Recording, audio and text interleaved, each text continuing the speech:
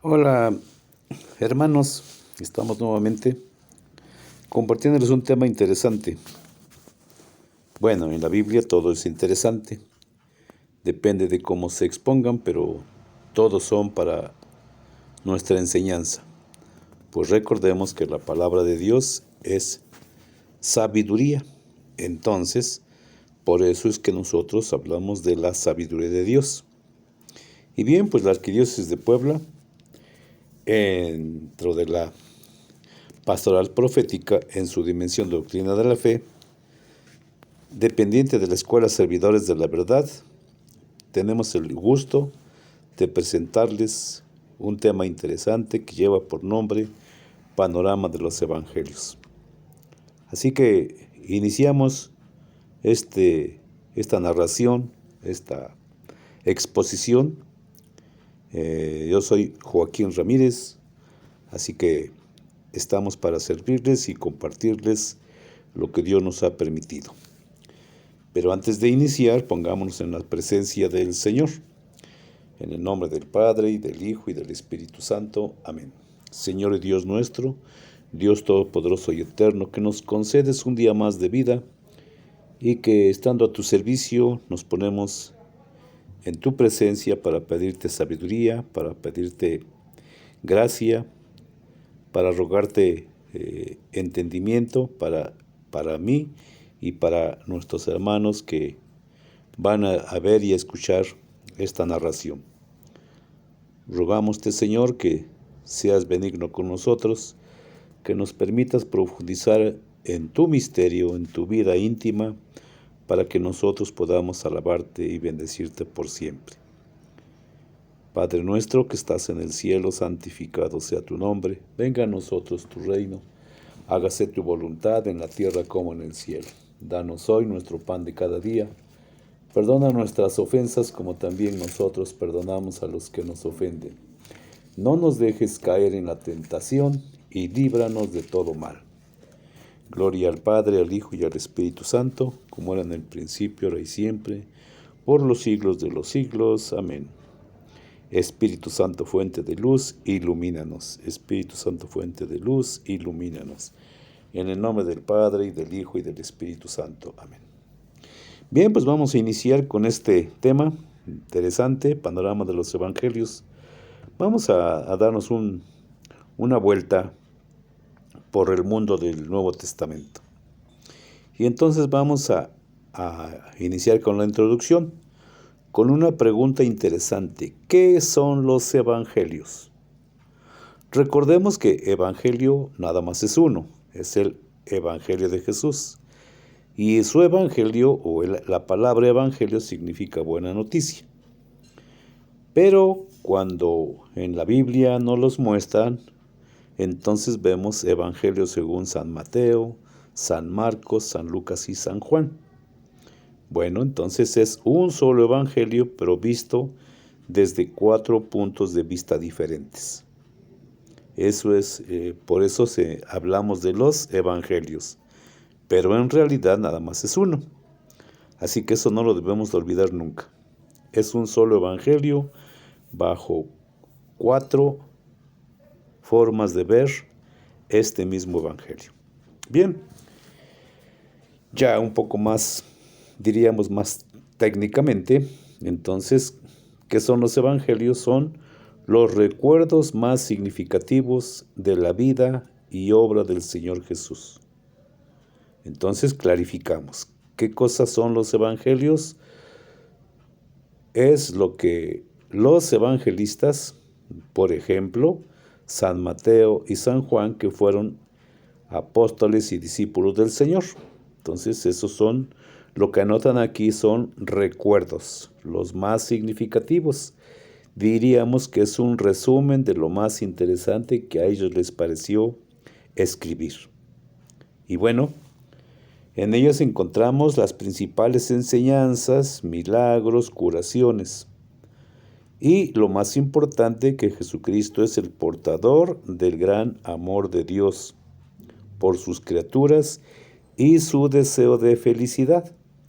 Los primeros discípulos aceptaron el mensaje con alegría. Fueron testigos presenciales de todos los acontecimientos fuertes, agradables y también desagradables, es decir, el recuerdo de una gran experiencia.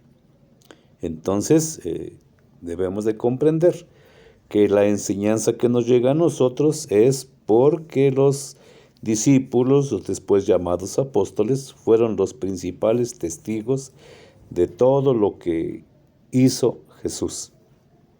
Entonces, esta gran experiencia fue la noticia vivida, encarnada, transmitida a otros para que también gocen de esta presencia y manifestación. Entonces, es cierto que el Evangelio se proclamó hace 2000 años, pero los discípulos o apóstoles fueron los continuadores de esta gran experiencia y que gracias a estos escritos nosotros podemos hacer nuestra esta salvación. Bien, sin los evangelistas el mensaje se habría perdido o distorsionado y solo quedarían vagos recuerdos de Jesús y su misión. Así que gracias a estos evangelistas tenemos fresco el mensaje como si hubiese sido proclamado el día de ayer. Ahora entramos en la parte técnica. ¿Qué cosa es un evangelio? Bueno, era una lengua común del Imperio Romano y esta significa buena noticia. Entonces, evangelio es una buena noticia. Y esta buena noticia se fundamenta o tiene su fundamento en la Sagrada Escritura. Si ustedes se dan cuenta y nos han ido siguiendo, pues procuramos hasta donde sea posible todo lo que compartimos, identificarlo con la Sagrada Escritura. Vamos a buscar Isaías 52:7 y nos vamos a dar cuenta del fundamento que tiene. Dice, por ejemplo, qué bien venidos por los montes los pasos del que trae buenas noticias, que anuncian la paz, que trae la felicidad, que anuncia la salvación y que dice a Sión, ya reina tu Dios. Esa es la buena noticia. Esa es la buena noticia. Ahora nos pasamos al capítulo 61, del 1 al 11, y entonces vamos a darnos cuenta de qué trata. Y así como yo lo estoy haciendo con la Sagrada Escritura, sería bueno que tú también lo hagas. Que no te conformes con lo que aquí se te dice, sino que lo compruebes con la Sagrada Escritura para que también seas un testigo fiel de lo que es la palabra de Dios. Y entonces dice desde el 1 al 11, el Espíritu del Señor Yahvé está sobre mí. Sepan que Yahvé me ha ungido, me ha enviado con un buen mensaje para los humildes, para sanar los corazones heridos, para anunciar a los desterrados su liberación y a los presos su vuelta a la luz. En este primer verso nos vemos cómo Jesús ha sido enviado con un buen mensaje, o sea, buena noticia, y tiene la finalidad de sanar los corazones y anunciar a los desterrados su liberación. En el verso 2, para publicar un año feliz lleno de favores de Yahvé, y el día del desquite de nuestro Dios. Me envió para consolar a los que lloran y darles a todos los afligidos de Sión una corona en vez de ceniza, el aceite de los días alegres en lugar de ropa de luto, cantos de felicidad en vez de pesimismo. Entonces nos damos cuenta cómo nos manifiesta esa buena noticia que después miraremos en el capítulo 4 de San Lucas, por el verso 12, 13, cómo y siguientes, cómo esa promesa que hace Dios a través de Isaías se cumple en Jesús de Nazaret. Dice en el verso 3 todavía, le pondrán el sobrenombre de encinas de justicia, los que Yahvé plantó para su gloria. Reconstruirán las viejas ruinas, levantarán de nuevo los edificios caídos del pasado, restaurarán las ciudades en ruinas, las construcciones que permanecen por siglos destruidos, etc. Hasta el verso 11. Entonces es interesante que nosotros vayamos descubriendo que Evangelio es una buena noticia. Ya les dimos ejemplo de cómo se puede descubrir. Después de la Pascua, después de la resurrección y la Pascua, que se celebró en su tiempo de Jesús, pues viene el día de Pentecostés, y en esa fiesta, que celebramos hoy, llegó el Espíritu Santo y entonces se posó sobre los apóstoles. Lo encontramos en el capítulo 2 del libro de los Hechos, del 1 al 13. Y nos damos cuenta cómo entonces ahora los apóstoles van a modificar esa buena noticia.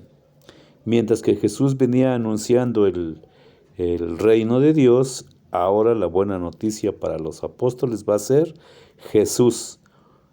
Jesús muerto y resucitado. Esa va a ser la gran noticia. Dice aquí en la pantalla, después de la Pascua, la buena noticia se centra en la muerte y resurrección de Jesús. Primera de Corintios, capítulo 15. Entonces vamos a ver cómo ya San Pablo, 30 o 40 años después, ya sigue anunciando esa manera de expresar de los apóstoles. Lo tenemos en el capítulo 15 de Primera de Corintios. Dice 15:1. Quiero recordarles, hermanos, la buena nueva que les anuncié. Ustedes la recibieron y perseveran en ella, y por ella se salvarán si la guardan tal como yo se las anuncié, a no ser que hayan creído cosas que no son. Entonces ya está advirtiendo que no nos dejemos engañar, porque hay muchos engañadores. Dice el verso 3, en primer lugar les he transmitido esto, tal como yo mismo lo recibí, que Cristo murió por nuestros pecados, como dicen las Escrituras, que fue sepultado, que resucitó al tercer día, también según las Escrituras, que se apareció a Pedro y luego a los 12, después se dejó ver por más de 500 hermanos juntos, algunos de los cuales ya han entrado en el descanso, pero la mayoría vive todavía. Ese es el anuncio que Jesús dejó como herencia y que los apóstoles modificaron y cambiaron el mensaje. Entonces, no es que sean mejores los apóstoles, sino que para ellos y por la experiencia resulta mejor la muerte en la cruz, así como lo decía en el verso 3, que murió por nuestros pecados, que fue sepultado y resucitó al tercer día. Más tarde, con el tiempo, pasa a designar el conjunto del mensaje cristiano como fruto de trabajo de predicación anterior a comunidades cristianas. Es decir, que esa enseñanza se repite una y otra y otra y otra vez hasta que fue quedando así como una doctrina que los apóstoles ya habían comprendido y es algo que ya llevaban como una regla de fe. Lo vamos a encontrar aquí en Hechos en el capítulo 10, que dice de la siguiente manera, del 37 al 41. Dice así, ustedes ya saben lo que ha sucedido en todo el país judío, comenzando por Galilea después del bautismo que predicó Juan.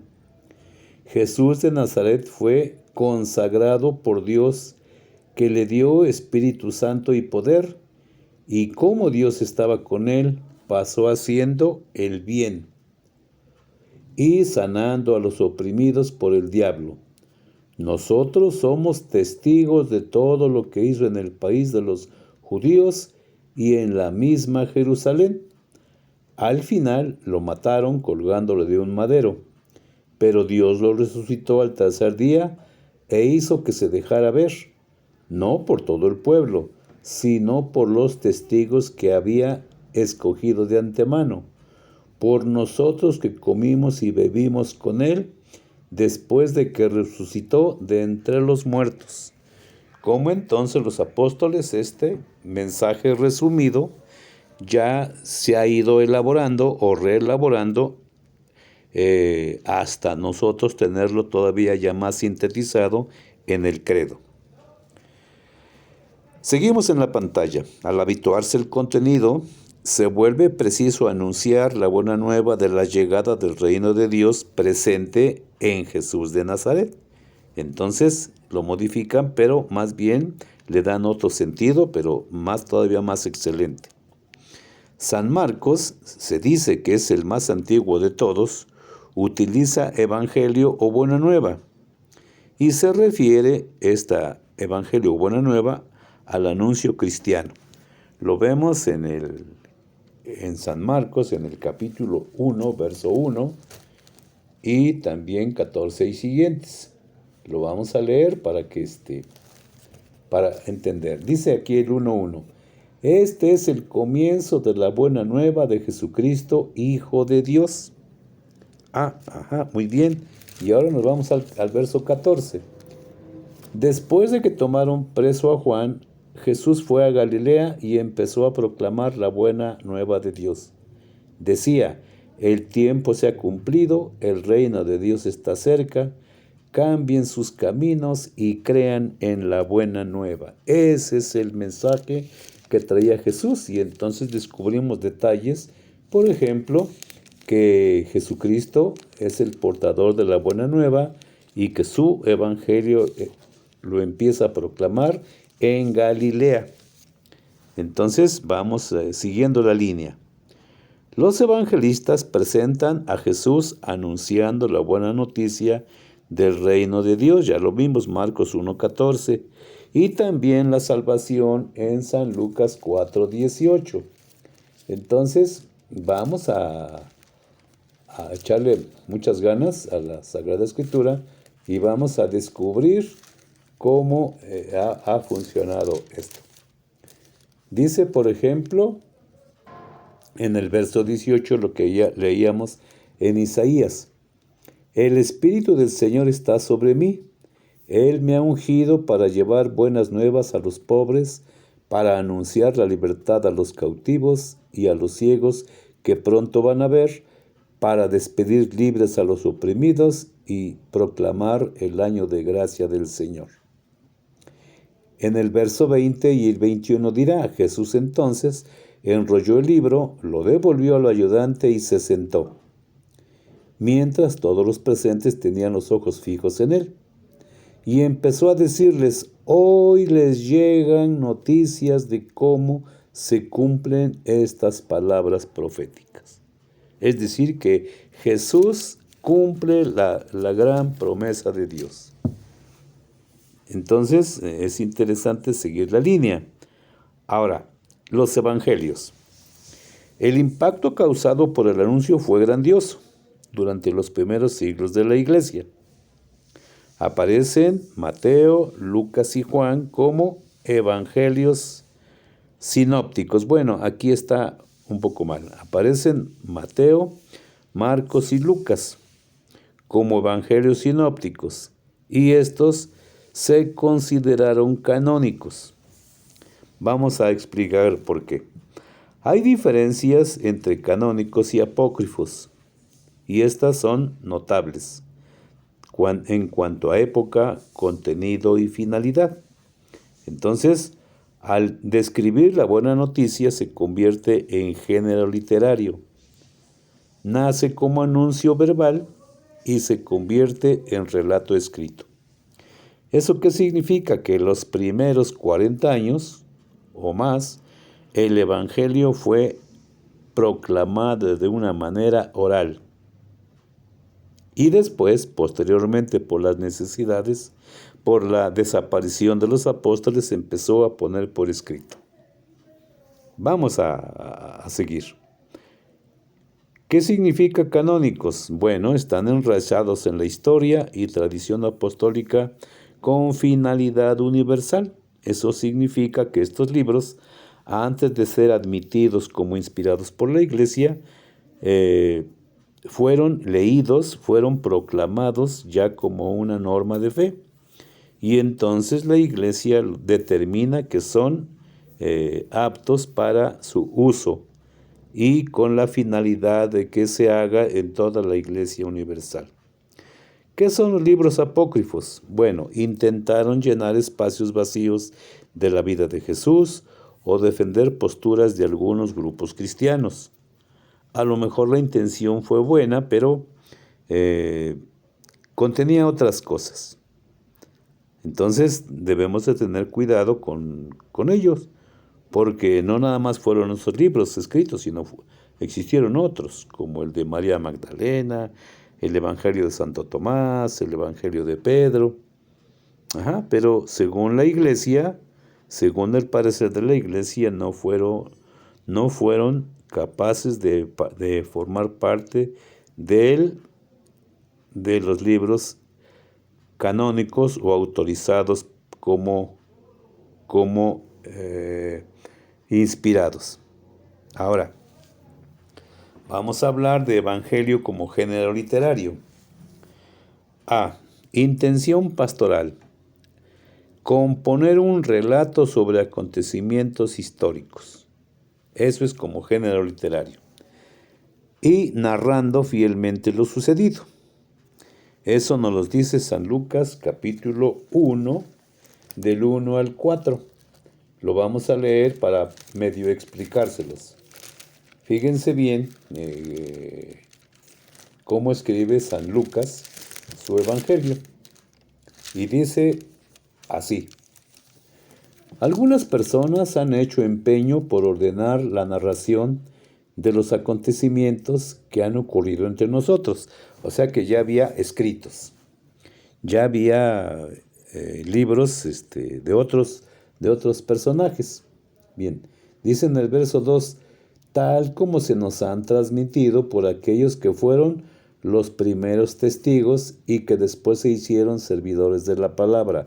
Se están refiriendo primero a los apóstoles y después a los grupos de seguidores de Jesús, que también aprendieron el mensaje cristiano y también colaboraron en la propagación del evangelio. En el verso 3, después de haber investigado cuidadosamente todo desde el principio, también a mí me ha parecido bueno escribir un relato ordenado para ti, ilustre Teófilo. De este modo podrás verificar la solidez de las enseñanzas que has recibido. Entonces, ¿qué hizo San Lucas? Investigó cuidadosamente qué se anunciaba en Jerusalén, qué se anunciaba en la parte griega, que se anunciaba en Roma, y entonces hizo, digamos que un resumen.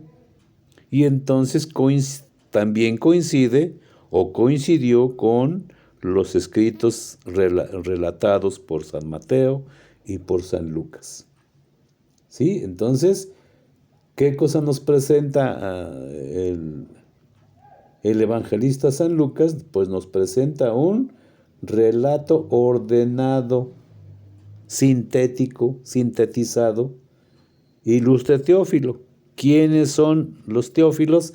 Pues los teófilos somos los católicos, los cristianos, los seguidores de Jesús. ¿Sí? Entonces, ese es el significado. Y entonces nos está narrando, dice, de este modo podrás verificar la solidez de las enseñanzas que has recibido. Por eso entonces el Evangelio San Mateo, según San Marcos y San Lucas, se parecen. Y es por eso que se llaman sinópticos, porque a una simple vista pareciera que son iguales. En la práctica tienen sus detalles, sus diferencias, pero eso nos demuestra que la enseñanza era la misma, digamos que en todas las comunidades cristianas. Bueno, una vez explicado esto, también San Juan también le pone su parte. Dice, por ejemplo, en San Juan 20:31, para que comprendas la autenticidad, es decir, la fidelidad e historia, para que ustedes crean, dice San Juan 20:31. Es decir, que entonces ellos están poniéndose como garantes de esta enseñanza. 20:31 dice así: muchas otras señales milagrosas hizo Jesús en presencia de sus discípulos que no están escritas en este libro. Estas han sido escritas para que crean que Jesús es el Cristo, el Hijo de Dios. Crean y tendrán vida por su nombre. Es decir, que entonces San Juan se siente garante de la fidelidad de lo narrado, para que ustedes crean y tengan vida por su nombre. Inciso B. Una intención particular: fortalecer la fe de sus lectores. Nosotros, siendo lectores de los evangelistas, entonces se nos va fortaleciendo la fe. Y bueno, ¿con qué intención? Dice, con el gran acontecimiento de la salvación. Y entonces, ¿qué son los evangelios? Auténticas catequesis acerca del Señor. ¿Cuál es el contenido? La salvación para todos los hombres. Ahora bien, los evangelios son un testimonio de fe. Querían comunicar una experiencia que había cambiado sus vidas. Y eso es lo que produce la palabra de Dios. Eso es lo que produce un cambio en nuestras vidas. Si nosotros somos capaces de creer, vamos a buscar, no está anotada en esta narración, pero vamos a ver a Romanos, la carta a los Romanos, en el capítulo 1, 16. Y van a ver qué cosa es lo que escribe. Dice San Pablo en la carta a los Romanos, en el capítulo 1, verso 16, como ven, no me avergüenzo del Evangelio. Es una fuerza de Dios y salvación para todos los que creen. En primer lugar para los judíos y también para los griegos. El Evangelio muestra cómo Dios nos hace justos, es decir, nos reforma por medio de la fe y para la vida de fe. Como dice la Escritura, el que es justo por la fe vivirá. Entonces, ¿cuál es la enseñanza? Bueno, la enseñanza es que el Evangelio, quien lee el Evangelio, quien participa de las lecturas de la Santa Misa, entonces es una fuerza de Dios que va transformando los corazones, las mentes de las personas. Es decir, hay un cambio en la vida de las personas. Es una experiencia, por eso es importante, es interesante que nosotros escuchemos la palabra de Dios y también la transmitamos, porque así como a nosotros nos ha cambiado la vida, también nos gustaría que a otras personas les cambie la vida. Pasamos a otra sección, número 2. ¿Cómo nacieron los evangelios? Bueno, Jesús inició su actividad pública en el año 27. Recuerden que esta es una aproximación. Jesús vivió 33 años y se cree que a los 30 inició su actividad apostólica. Bien, pero bueno, es una aproximación, muchos no se ponen de acuerdo si fue los historiadores en 27 o en 30, pero dejémoslo así en 27. Los evangelios se escribieron hacia el año 70. ¿Qué significa? Que si Jesús muere en el 30 o en el 33, los evangelios se escriben o se empiezan a escribir hasta el año 70. ¿Qué significa? Que durante 40 años los evangelios se transmitieron de manera oral. Después empezaron a morir los apóstoles y se vieron en la necesidad de escribirlos para dos finalidades. Una, para que no se distorsionara la fe, y la otra, se estaban desapareciendo los garantes de la buena noticia. Y entonces sí podría haber problemas posteriores después. Esa es la finalidad. Número 1. Nacieron como predicación oral, ya lo expliqué, durante 40 años. Segundo, nacieron como escritos fragmentarios, es decir, una parte por acá, otra parte por allá. Y ya para el año 70 y posterior, ya fungieron como obras terminadas. Alguien se empezó a preocupar por reunirlos, por darles un orden, y entonces, pues ya la iglesia ya tenía, digamos que una línea de doctrina muy correcta y muy al servicio de la comunidad. ¿Cómo nos damos cuenta de ello? Bueno, aquí está un proceso y descripción. Primero, vida y ministerio de Jesús. Jesús nació aproximadamente el año 6 de lo que se conoce como la era cristiana y murió aproximadamente en el año 30 después de Cristo, ya de la era cristiana. Después de la muerte de Jesús viene la primera generación apostólica. Esta va a abarcar del año 30 al 70. Es el tiempo que la mayoría de los apóstoles tuvo vida. Después viene la segunda generación apostólica que va del 70 al 100. Digamos, ahora quedaron en esta parte los testigos del anuncio del Evangelio, pero ya no por Jesús, sino proclamado por los apóstoles. A eso nos vamos a referir. Ahora bien, viene otra cosa. ¿Cómo se transmitió el Evangelio durante los primeros 40 años? Bueno, repetimos, primera etapa, actividad de Jesús, del año 27 al 30 o del 30 al 33. Primera etapa. Debemos de quedar claros que el origen de los evangelios es Jesús. Eso no lo debemos de olvidar, es palabra de Dios. Entonces, quien inventó el evangelio y la forma de hacerlo fue Jesús. Otra cosa, Él no escribió nada. Jesús no escribió nada. Pero sí, San Mateo y San Juan, ellos fueron testigos oculares de lo ocurrido en la mayoría de todas las acciones que Jesús tuvo. Otra cosa, las palabras y los signos las despertaban la admiración de la gente en cómo se los narraban, en cómo les explicaban, en cómo se los transmitían, en cómo interpretaban los acontecimientos realizados por Jesús.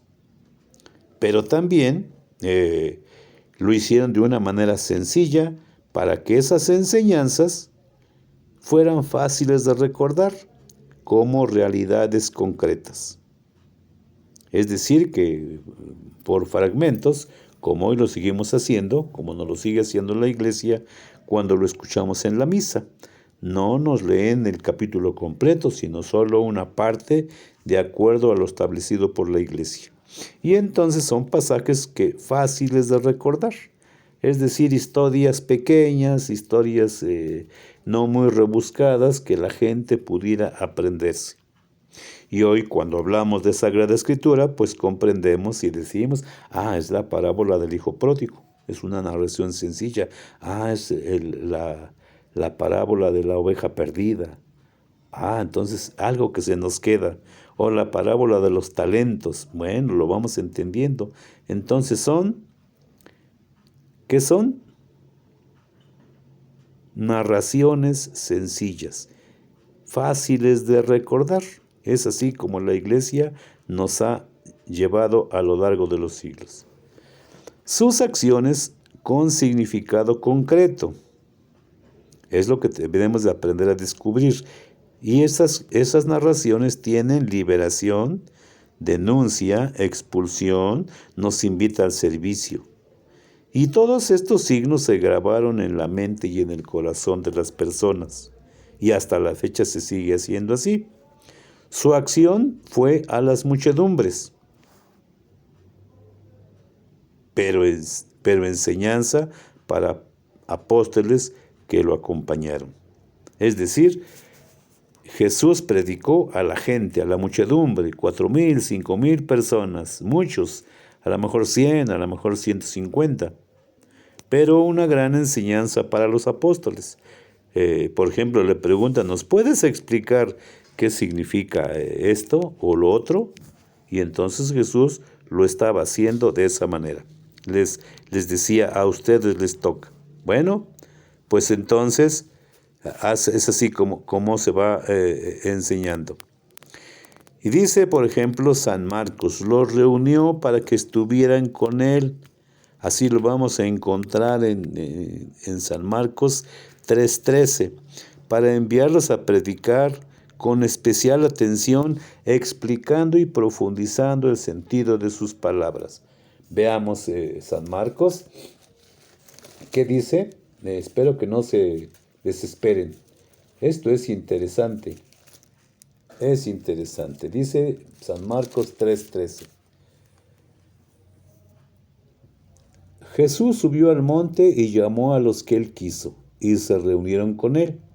Así instituyó a los 12, a los que llamó también apóstoles, para que estuvieran con él, para enviarlos a predicar, dándoles poder para echar los demonios. Es así, para eso los reunió Jesús. Ahora vamos a ver el verso 4 que está en la pantalla, anotado en el 4:31, y dice lo siguiente.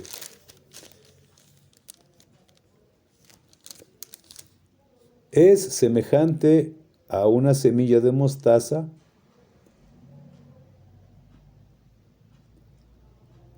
al sembrarla es la más pequeña de todas las semillas que se echan en la tierra, pero una vez sembrada crece y se hace más grande que todas las plantas del huerto y sus ramas se hacen tan grandes que los pájaros del cielo buscan refugio para su sombra.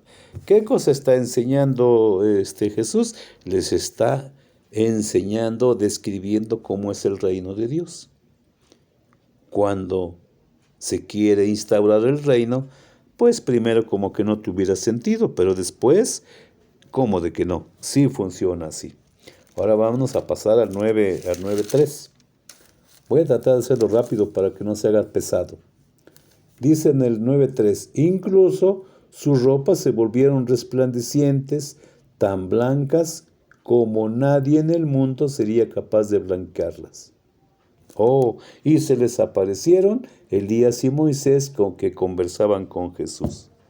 ¿Qué significa todo esto? Significa que entonces Jesús les dio santo y seña de cómo era el reino de Dios. Es decir, aquí en la transfiguración les da una enseñanza de cómo va a ser en la gloria o en el cielo. Ahora bien, la vida de Jesús terminó en la cruz. No, eso no es cierto. Dice aquí, falso. Los suyos lo vieron resucitar, comió y convivió. Los terminó de instruir.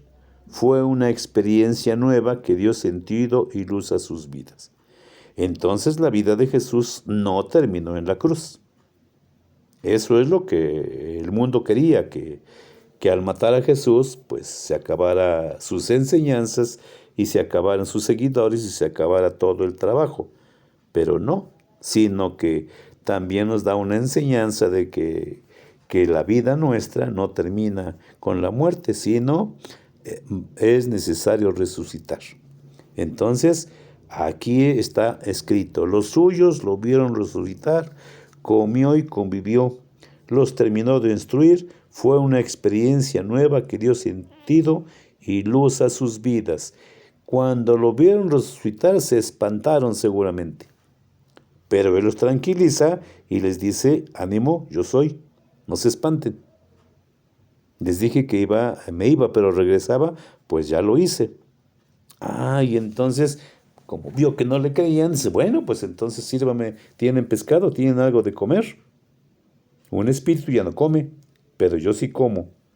Y entonces les demuestra que Él está vivo en cuerpo, con un cuerpo, pero ya glorificado. Entonces el mensaje recibido adquirió sentido más profundo y auténtico, con palabras y signos del Hijo de Dios. Es decir, les dio muestra, les dio seguridad. Y entonces, por eso entonces se lanzan ahora a proclamar a Jesús muerto o crucificado, muerto, sepultado y resucitado. Viene la segunda etapa, la transmisión de recuerdos de Jesús a las comunidades cristianas. Bueno, ya tuvieron una experiencia de la resurrección, ahora hay que transmitir esa experiencia. Y entonces, ¿cuál va a ser la experiencia? La resurrección. Esa va a ser digamos que el centro de la fe de los apóstoles. Luego viene el mandato y viene la venida del Espíritu Santo. Ya Jesús resucitado los envía, San Mateo 28:20, San Marcos 16:15, los envía. Vayan y anuncien la buena nueva. Esto que están mirando, compártanlo. Y entonces hagan lo que tienen que hacer, lo que ya les enseñé. Pero bueno, hacía falta que Dios los autorizara de una manera total, como sus apóstoles que eran.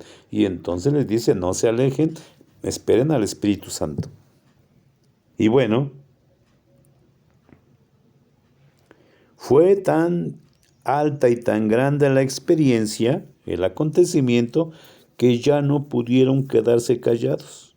Es decir, estaban convencidos y convencidos. Y entonces ya no les importó hasta entregar sus vidas o sufrir por causa del Evangelio. Con estas experiencias fueron impulsados a testimoniar esta noticia. Salen a las plazas, según Hechos 2:14, y van por los caminos 8:4, anunciando ese gran acontecimiento.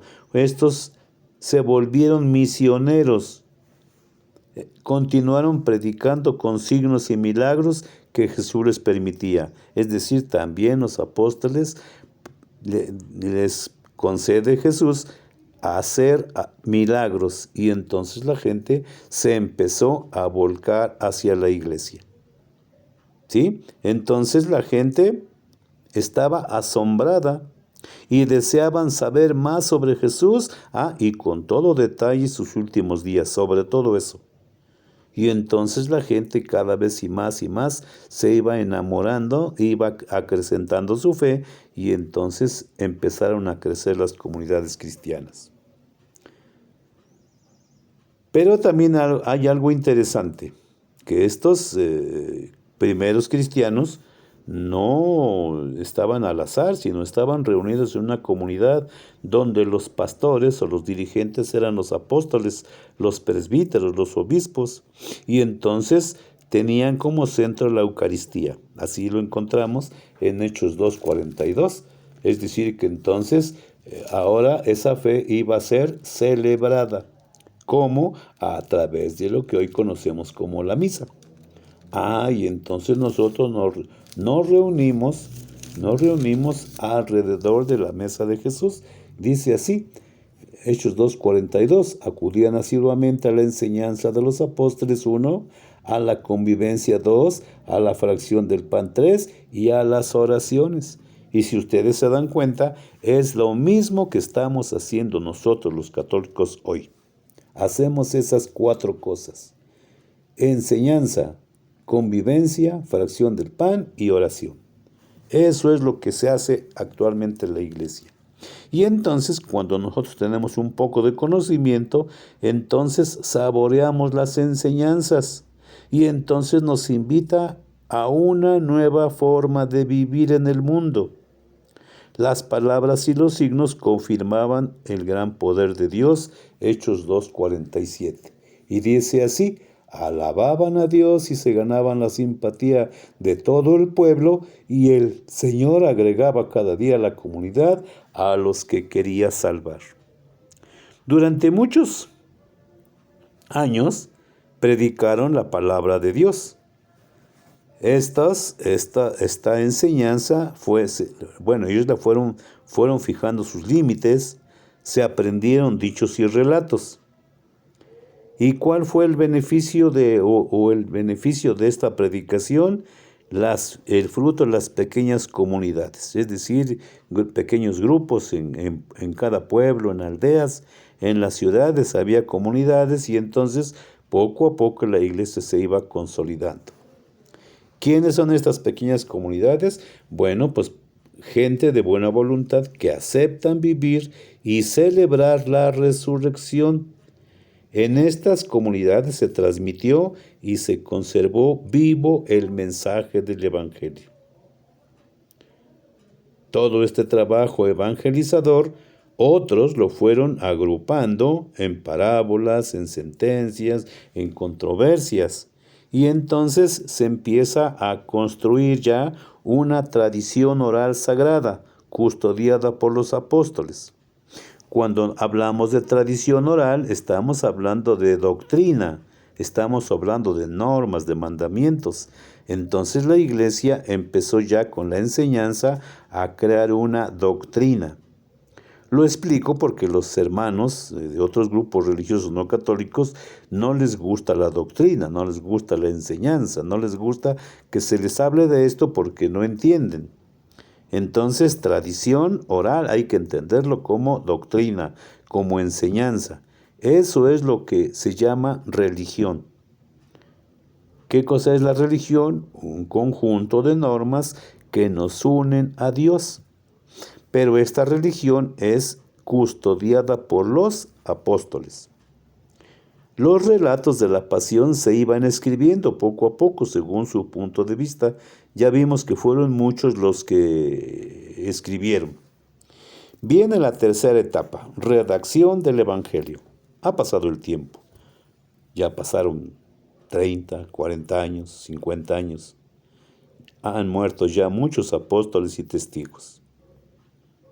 Recordemos que no nada más eran los 12 apóstoles, también existía un grupo llamado de los 72, y este grupo de 72 con la resurrección de Jesús se hizo numeroso. Lo vimos en la primera carta a los Corintios, capítulo 15, Jesús se apareció a más de 500. Bueno, por separado. ¿Por qué?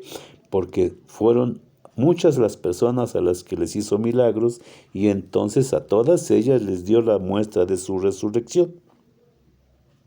Y entonces, por eso había muchos testigos, no solo eran los apóstoles, sino mucha gente que tuvo experiencia de encuentro con Jesús resucitado.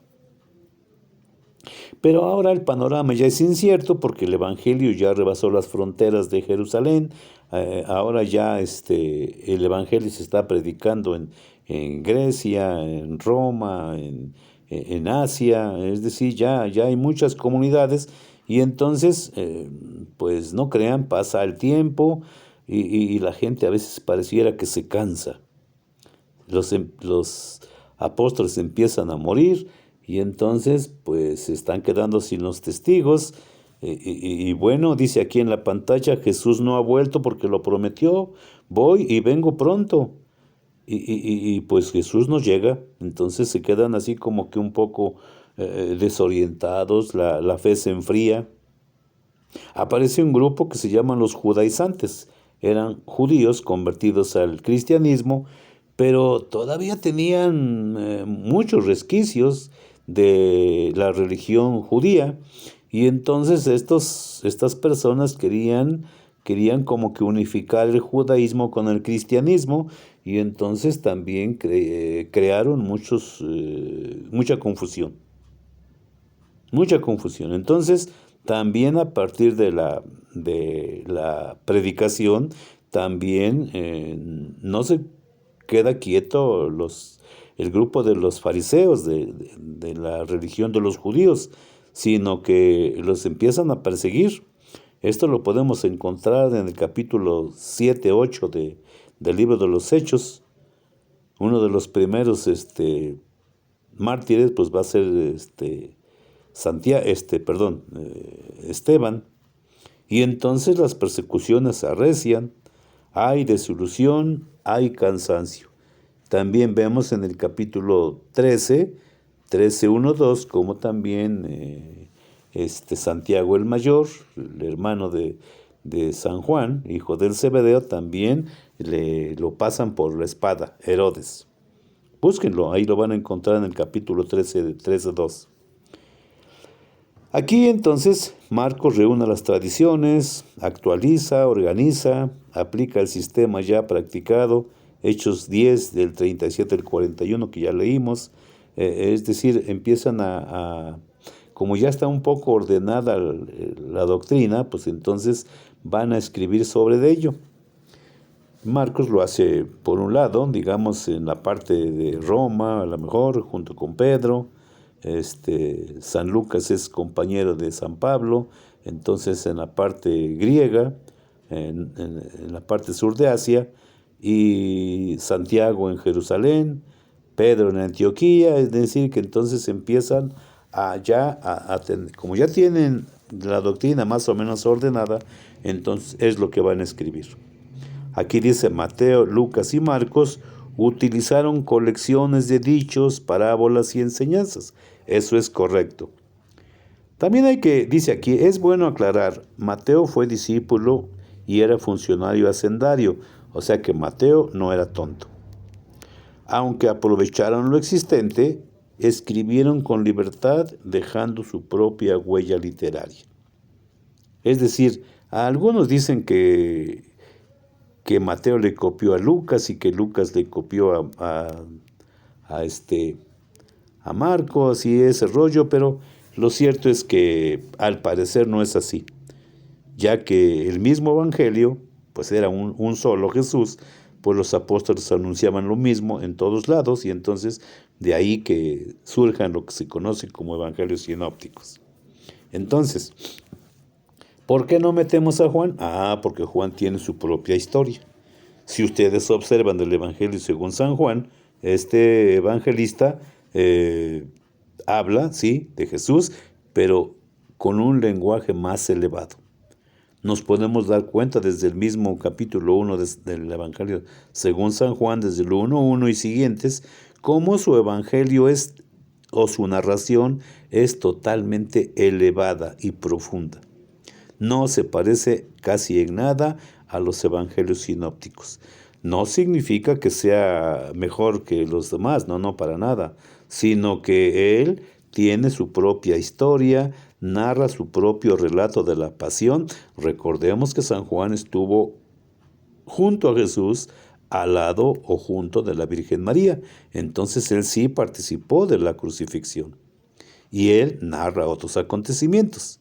Sí, entonces no diferentes, pero sí mejor porque estuvo digamos que mirándolo. Los autores sagrados compusieron los evangelios, ya lo vimos, seleccionando datos de la tradición oral y escrita y reduciéndolos a síntesis. Es decir, no todo lo que está escrito fue lo que hizo y dijo Jesús, sino solo son una síntesis.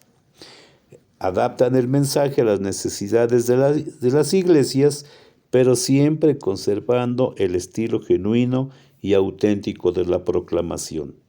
Es decir, que la proclamación casi era la misma, y entonces por eso es que los tres, San Mateo, San Marcos y San Lucas, pareciera que se copiaron, pero no. Lo que pasa es que cada quien lo hizo desde su perspectiva y en un lugar totalmente diferente.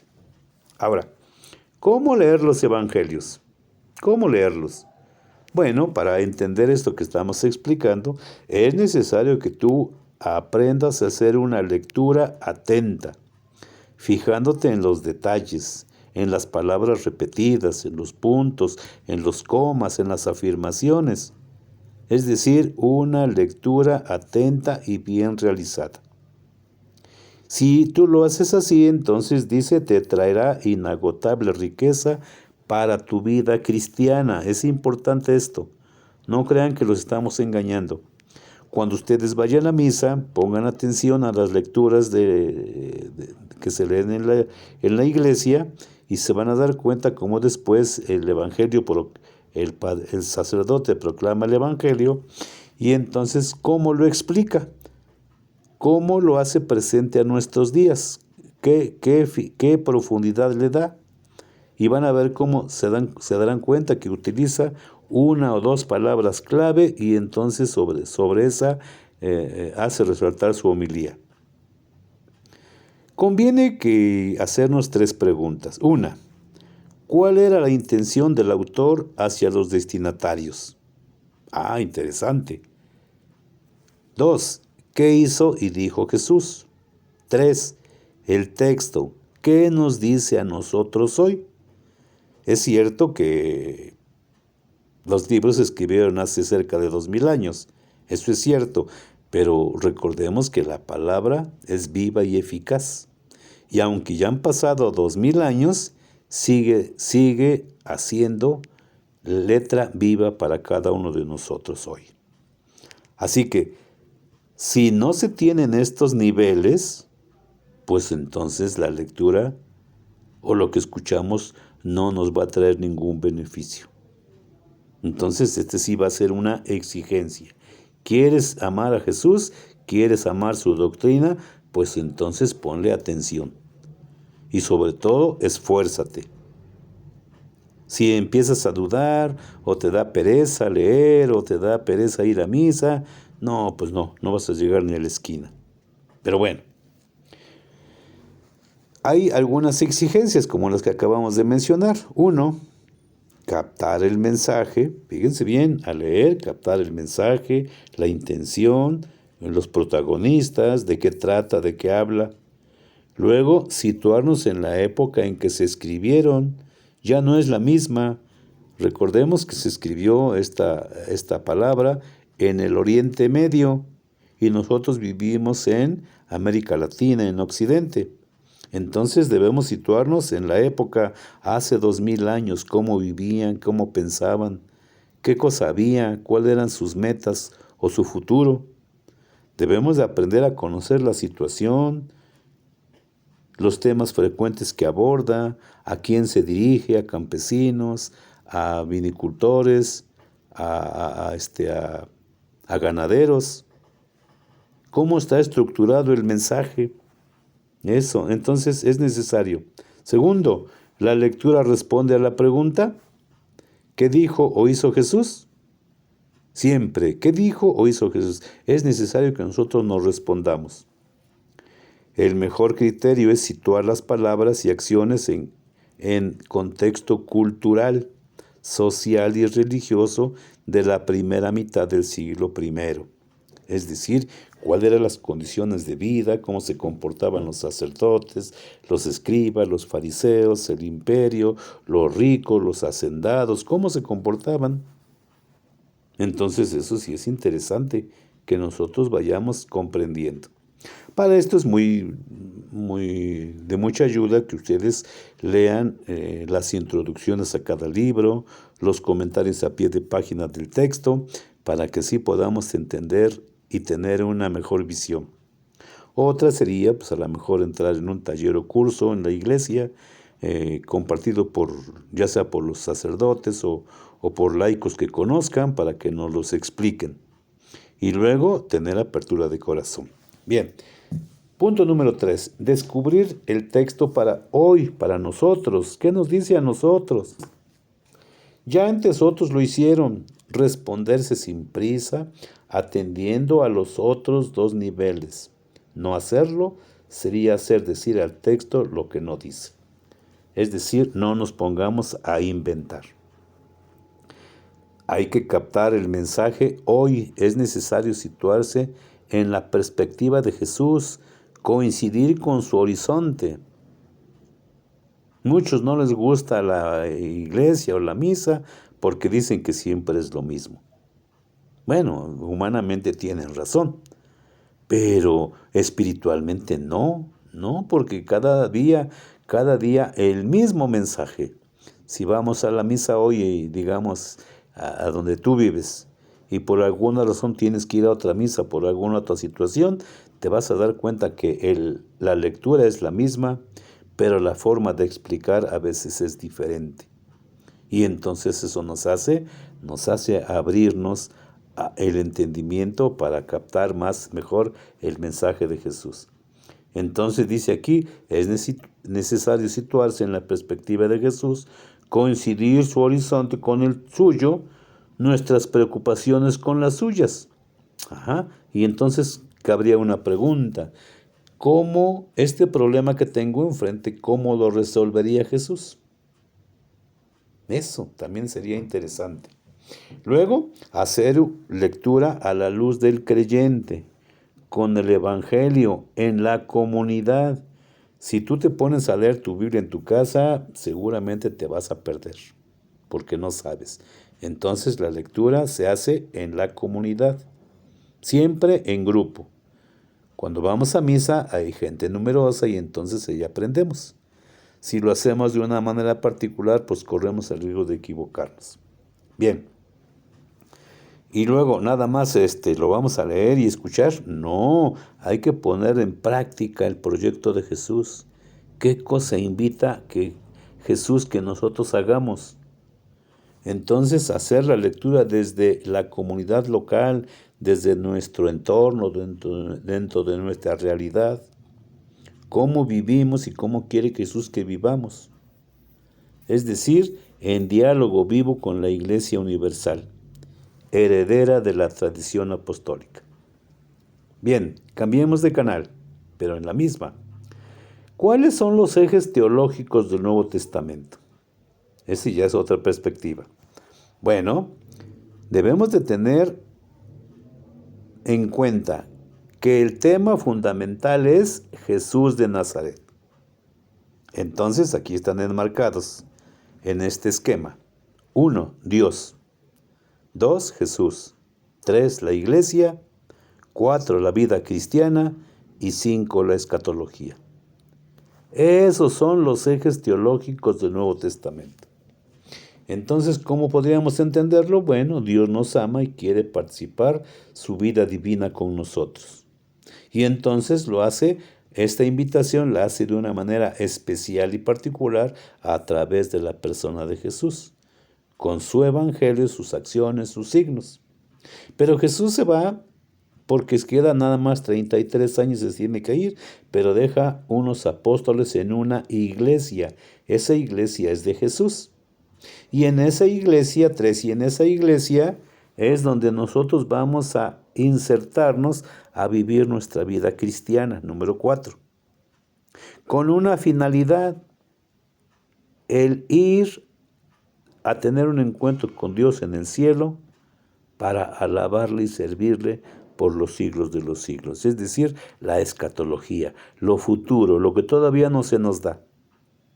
Ya lo primero ya lo tenemos: Dios, Jesús, la iglesia, la vida cristiana. Ahora falta esforzarse para llegar a la vida eterna. Esa es los ejes teológicos, el sentido de por qué leer los evangelios. Así que no perdamos esta perspectiva, hermanos. Lo hago un poco breve para no alargarlo, pero en la práctica ya está terminado este tema. Espero les haya servido.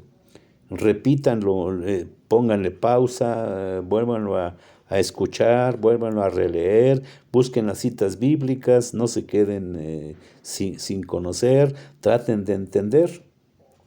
Si fuera posible, pues mándenos sus comentarios en la bandeja de comentarios, denle like o manita para arriba al video, si es posible compártanlo, suscríbanse, es decir, hagan también su trabajo en el nombre de Jesucristo.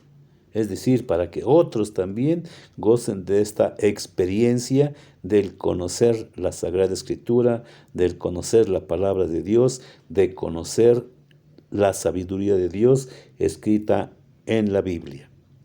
Pues bien, hermanos, he terminado. Espero que esto les ayude, les sirva y le vamos a dar gracias a Dios. Decimos, Dios Padre Todopoderoso y Eterno, que concedes a tus hijos la luz de tu Espíritu. Concédenos la gracia de comprender este mensaje para compartirlo a nuestros hermanos y nazca en nosotros o se refuerce la fe que tú mismo nos has concedido a través del bautismo. Gracias, Señor, por tu bondad y tu misericordia infinita. Amén. A Mamita María también le damos las gracias y le decimos, Dulce Madre, no te alejes, tu vista de mí no apartes, ven conmigo a todas partes y nunca solo nos dejes. Ya que nos proteges tanto como verdadera Madre, haz que nos bendiga el Padre, el Hijo y el Espíritu Santo. Amén. Ave María Purísima, sin pecado concebida. Pues gracias y hasta la próxima.